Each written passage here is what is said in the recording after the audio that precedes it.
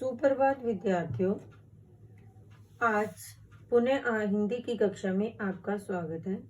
कल मैंने अपने दृश्य कौशल में गिल्लू अध्याय संबंधित उसके पात्र परिचय व घटनाक्रम संबंधी पुनरावृत्ति कार्य करवाया था। आज हम उसी से संबंधित गिल्लू अध्याय के पाठ के सार पर विवेचना करेंगे। अध्याय के पाठ सार के बारे में जानकारी देने से पहले मैं आपको इस अध्याय से संबंधित शब्दों के अर्थों के बारे में बताऊंगी, ताकि आपको इस अध्याय से अगर कोई भी शब्द नहीं समझ आया तो आपको वो पुनः समझ आ जाए।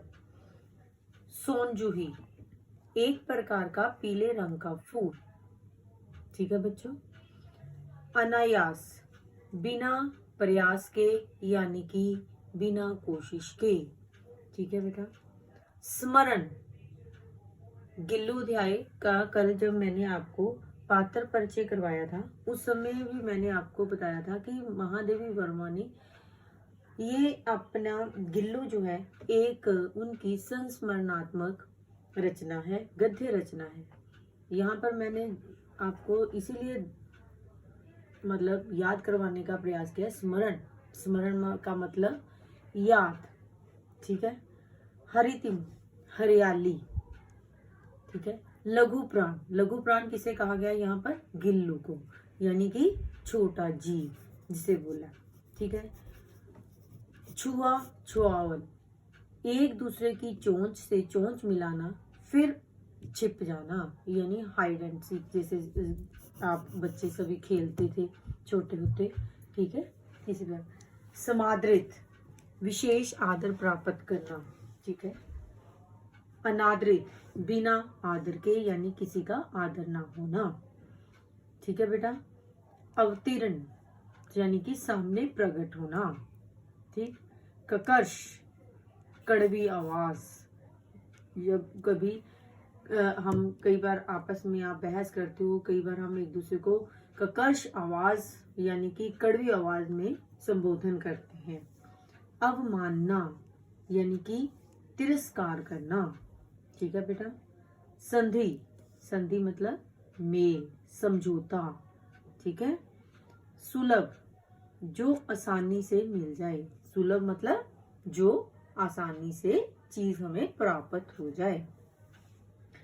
निश्चेष्ट बिना किसी हरकत के, यानी कि जब गिल्लू बीमार था या जब वो घायल हुआ था तो वो निश्चेष्ट रूप में पड़ा हुआ था, यानी बिना उसमें कोई हरकत नहीं हो रही थी।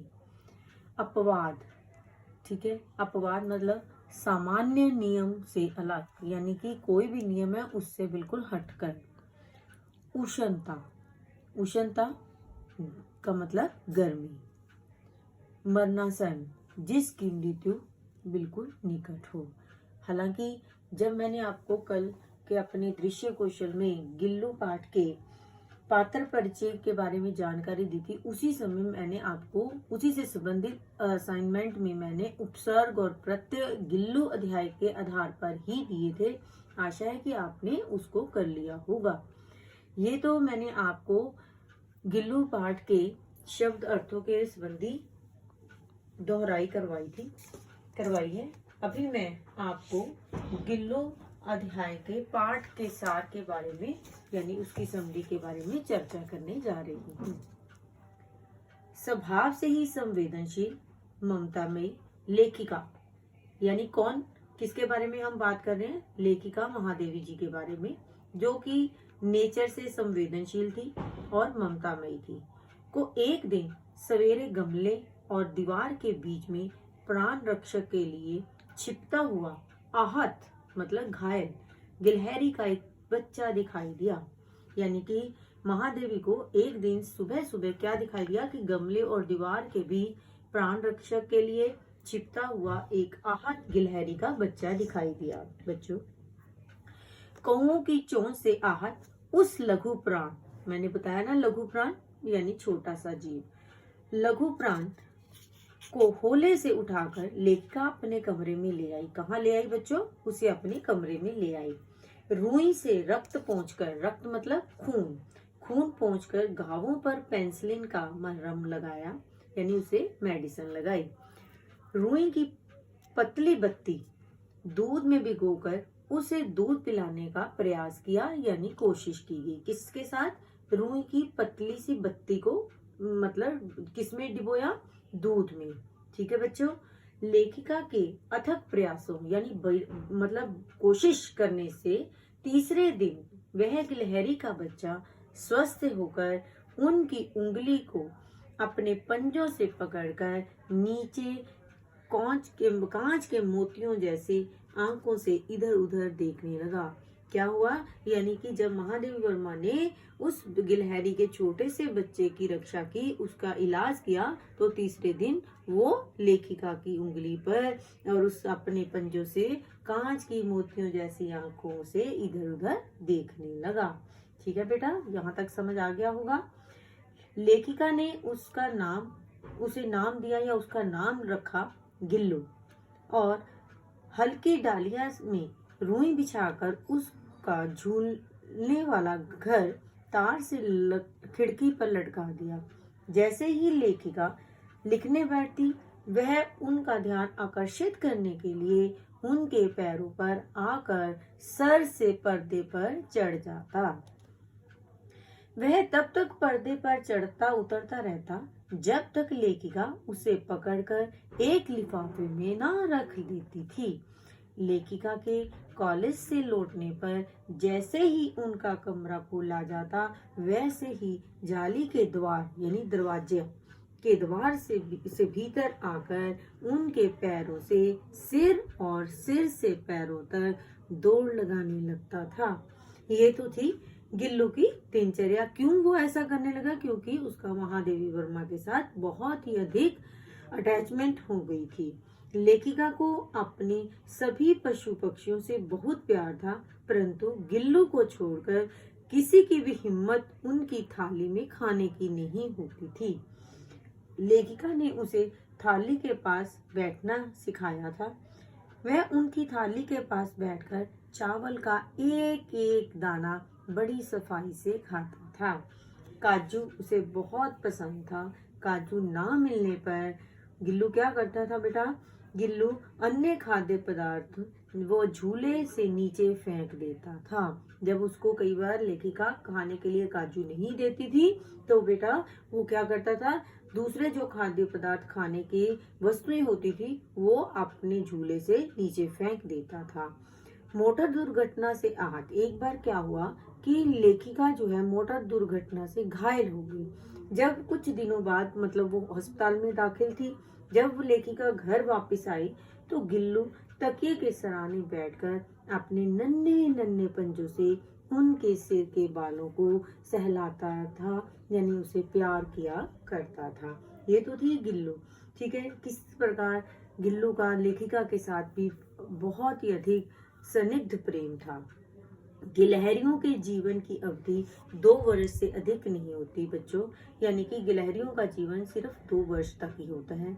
इसलिए गिल्लू की जीवन यात्रा का अंत आ ही गया।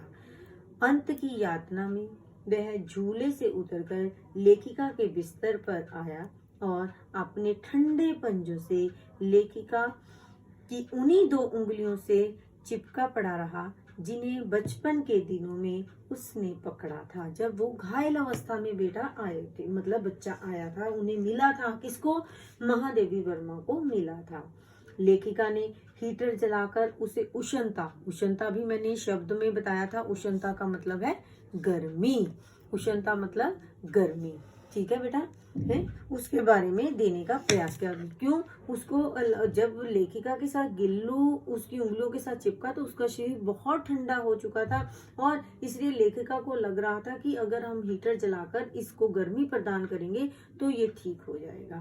परंतु प्रभात का मतलब सुबह, प्रभात की प्रथम किरण के स्पर्श मतलब किसी को छूना, स्पर्श के साथ ही उसने अपनी जीवन लीला समाप्त कर दी। मैंने बेटा अभी आपको बताया बच्चों कि गिलहरियों के जीवन की अवधि मतलब समय 2 वर्ष का ही होता है।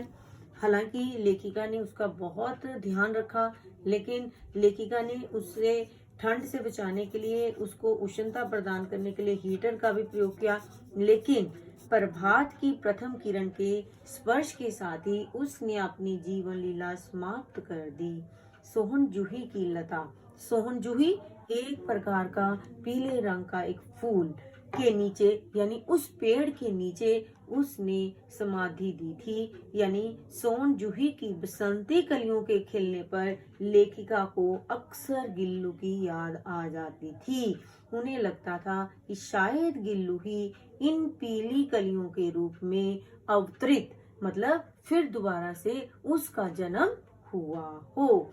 बच्चों, ये तो था गिल्लू पाठ का सार है। आशा है आपको इस पाठ के बारे में जानकारी प्राप्त हो गई होगी। आज का दृश्य कौशल इतना ही है। इससे संबंधित मैं आपको प्रश्न उत्तर संबंधी असाइनमेंट दूंगी। आप उसको अपनी उत्तर पुस्तिका में हल करने का प्रयास करें। घर रहें, सुरक्षित रहें। धन्यवाद।